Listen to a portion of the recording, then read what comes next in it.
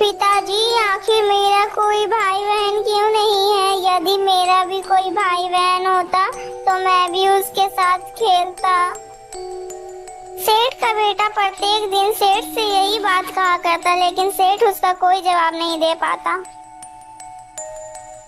फिर उसका बेटा स्कूल चला जाता है। सेठ घर के बाहर ही बैठा हुआ था। सेठ जी, हमें कोई काम पर रख लीजिए, आप जो कहेंगे हम वही करेंगे।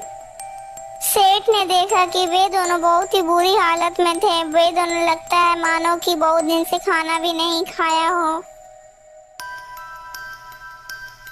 लेकिन बेटा, तुम दोनों हो कौन? तुम दोनों लेकिन इस हालत में कहाँ भटक रहे हो? सेठ जी, मेरा नाम सोनू है और ये मेरा छोटा भाई मोनू है। हमारी माता तो हमें पहले ही छोड़कर चली गई थी। उनके कुछ दिन बाद ही हमारे पिता भी हमें छोड़कर चले गए। हम दोनों वैसे ही काम के तलाश में भटकते रहते हैं। हमें भटकते भटकते पूरे 6 महीने गुजर गए हैं। फिर वे दोनों अपनी पूरी कहानी सेठ को बता देते हैं।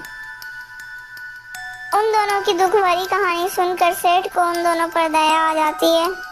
अरे बेटा, तुम दोनों दुखी मत हो। आज से तुम मेरे बेटे हो और आज से तुम हमारे साथ ही रहोगे। सेठ की यह बातें सुनकर वो दोनों बच्चे खुश हो जाते हैं और उसी दिन से सेठ के साथ वो दोनों बच्चे रहने लगते हैं।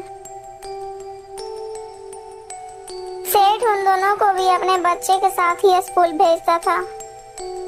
अब 20 साल गुजर चुके थे।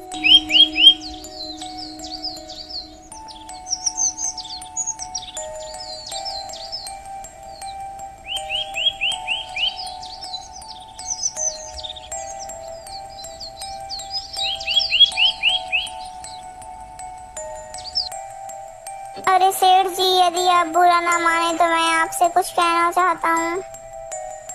हाँ मुनीम जी, बोलिए, आप क्या कहना चाहते हैं? सेठ जी, अब तो भीष्म बड़े हो चुके हैं। मेरे हिसाब से हमें उनके लिए कन्या ढूंढनी चाहिए। अरे मुनीम जी, आपका सोचना एकदम सही है। तो आप जाइए, एक सुंदर सी कन्या ढूंढ कर लाइए मेरे बेटे के लिए। सेठ की यह सब बातें सुनकर मुनीम जी लड़के देखने निकल पड़ते हैं। सेठ जी और मुनीम जी की यह सब सारी बातें वो दोनों भाई सोनू और मोनू सुन लेते हैं। अरे भैया, मुनीम जी तो सेठ के बेटे के लिए लड़की ढूंढने के लिए गए हैं। यदि उसका विवाह हो गया तो हम दोनों को एक भी फूटी कौड़ी नहीं मिलेगी। अरे हाँ मोनू, तुम एकदम ठीक कहते हो। हमें कुछ ना कुछ करके इस रिश्ते को तोड़ना होगा। भैया, हम इस रिश्ते को तोड़ें उससे पहले हमें मुनीम जी का पीछा करना होगा कि आखिर वो किसके घर जा रहे हैं। इतना बोलकर वो दोनों भाई भी मुनीम जी का पीछा करने लगते हैं। जहाँ मुनीम जी पहुँचते हैं वहाँ वो लोग भी पहुँच जाते हैं। वो दोनों छिपकर मुनीम जी की बातें सुनते हैं। अच्छा सेठ जी, अब मैं चलता हूँ। मुझे यह खुशखबरी अपने मालिक को भी सुनानी है। इतना कहकर मुनीम वहां से वापस चले आते हैं। अरे भैया, अब तो इन दोनों का विवाह तय हो गया है। अब हम क्या करें? अरे भाई, तुम चिंता मत करो, इसके लिए तो हम दोनों कुछ ना कुछ कर ही लेंगे।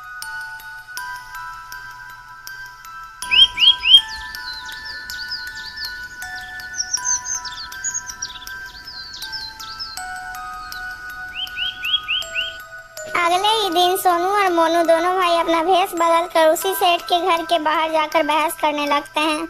उन दोनों की यह बातें सुनकर सेठ उन दोनों के पास आता है।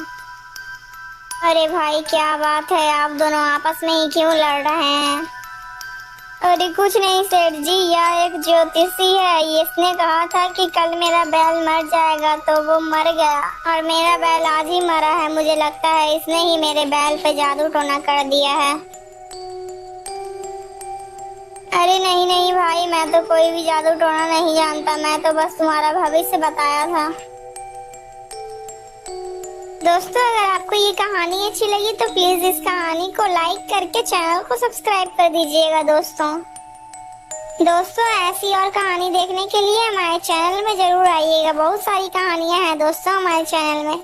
और हाँ दोस्तों, अगर आपको इस कहानी को आगे देखना है तो प्लीज हमारे चैनल के साथ बने रहिएगा। दोस्तों, इसका पार्ट 2 भी जल्दी ही आएगा।